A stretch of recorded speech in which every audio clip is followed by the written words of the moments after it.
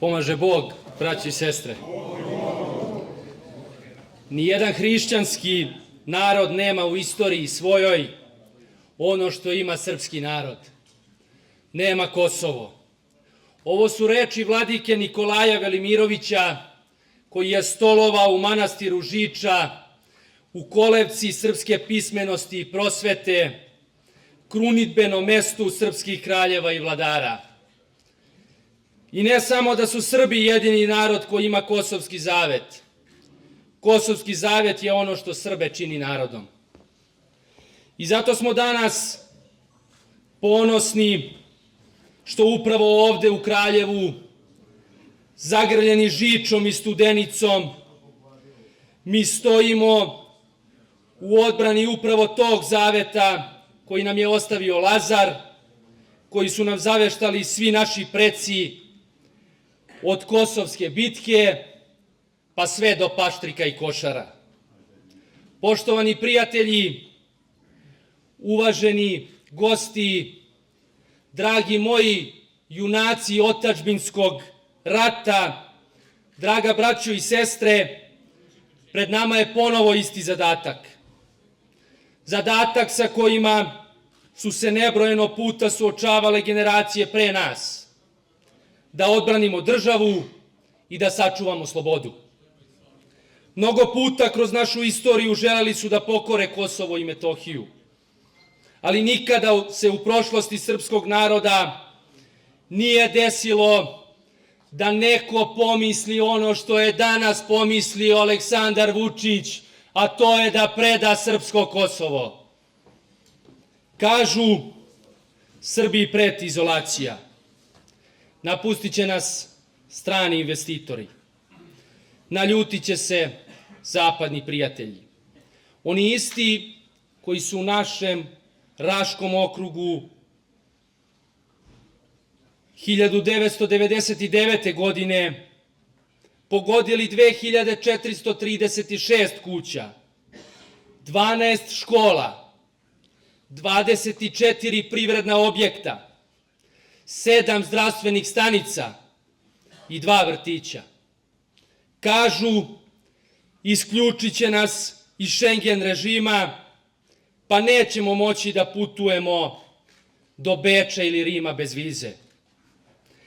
Pa gospodo iz Srpske napredne stranke, znajte da za nas Kosovo vredi više i od Azurne obale i od šetališta na Šanzelizeu.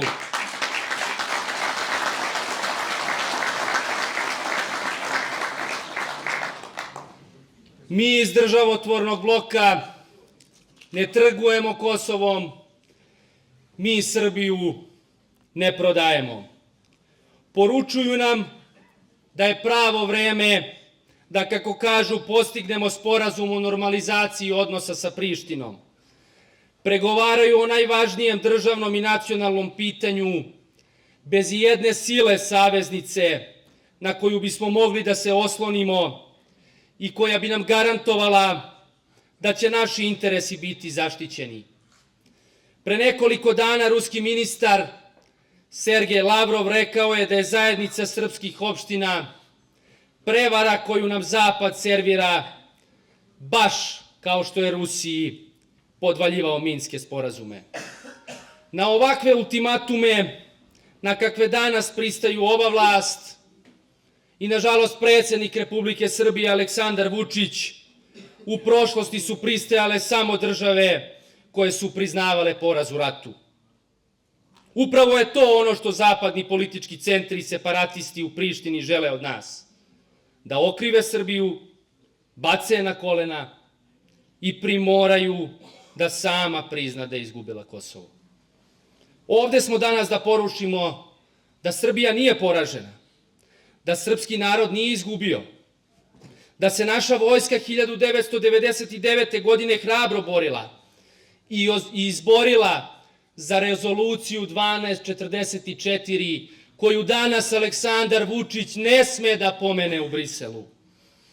Ovde smo da im kažemo, gospodo, nije Srbija na kolenima, nije državotvorni blok na kolenima, Mi ovde koji smo u sali nismo na kolenima.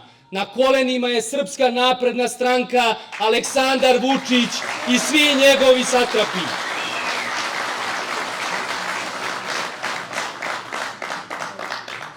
Njihovom tobože odgovornom politikom ugasili su srpske institucije na Kosmetu. Pa nas danas ubeđuju da će šiptarske, odnosno prištinske institucije garantovati Srbima prava i sigurnost. Poručuju nam da će Kurti da čuva Dečane, da će teroristi da brinu o Pećkoj patrijaršiji, da će bivši pripadnici OVK presvučeni u uniforme policijskih i vojnih formacija takozvane Republike Kosovo čuvati srpsku decu i omladinu južno i severno od Ibra. Samo je u prvoj polovini prošle godine izvršeno 222 registrovana napada na srpske civile na Kosmetu. O onim neprijavljenim i nezabeleženim da i ne govorimo. Tokom pregovora o Kosovu i Metohiji Srbija je sve dala, a za uzvrat je dobila samo priliku da podigne nove kredite i zajmove koje će vraćati i generacije posle nas. Prihvataju nekakve mape puta kojima Kosovo stiže u Ujedinjene nacije, u Interpol, u UNESCO, u NATO i u Evropsku uniju. Prihvataju pasoše, zastavu, simbole Republike Kosovo. Prihvataju da je teroristička tvorevina nastala na Žutoj kući i pogromima sada nekakva nezavisna država, čije granice i teritorijalni integritet Srbija poštuje.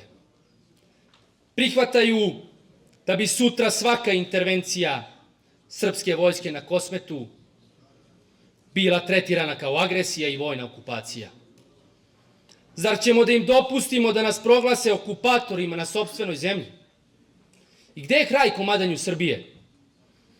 Da li je sledeća takozvana Preševska dolina, Kuršumlija, Kopaonik, Vojvodina?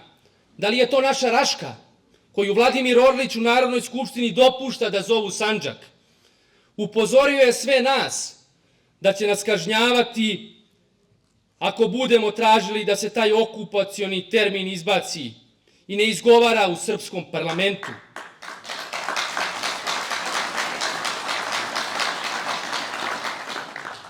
A podsjetit ću vas da je Šaipu Kamberiju iz Velikog Trnovca dozvolio da usred Beograda Kosovo naziva nezavisnom državom. Svi koji misle drugačije od Srpske napredne stranke i njenih mentora na zapadu moraju biti satanizovani i linčovani. Nas koji branimo Ustav Republike Srbije nazivaju neprijateljima države, a na nacionalne medije pozivaju Čedomira Jovanovića, Nenada Čanka, Vuka Draškovića i sve one koji otvoreno godinama, ali i decenijama unazad podrivaju temelje srpske države. Za ovu vlast, nažalost, nije merna jedinica odnos prema Srbiji, već je merna jedinica odnos prema Aleksandru Vučiću. Zato se državna opozicija, državotvorna, okupila oko jedne zastave, oko jednog grba, oko jedne ideje, a to je odbrana naše otadžbine.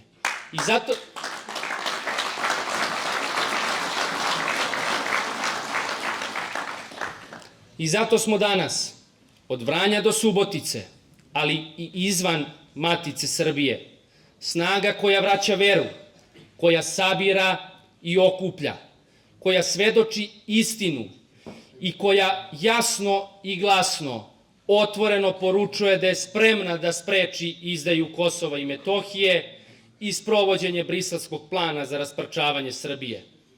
Ne mogu nas zaustaviti ni napadima, ni klevetama, ni progonima.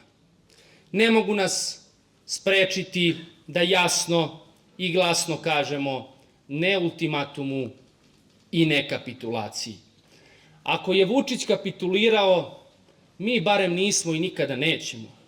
I ono što ću vam sada reći, dragi moji građani Kraljeva, znajte jedno, da dok je Milice, dok je Boška, Voje, Miloša, dok je svih vas, Srbija neće kapitulirati, neće se predati i znajte jedno, ništa nije gotovo, odavde iz grada Kraljeva tek počinje.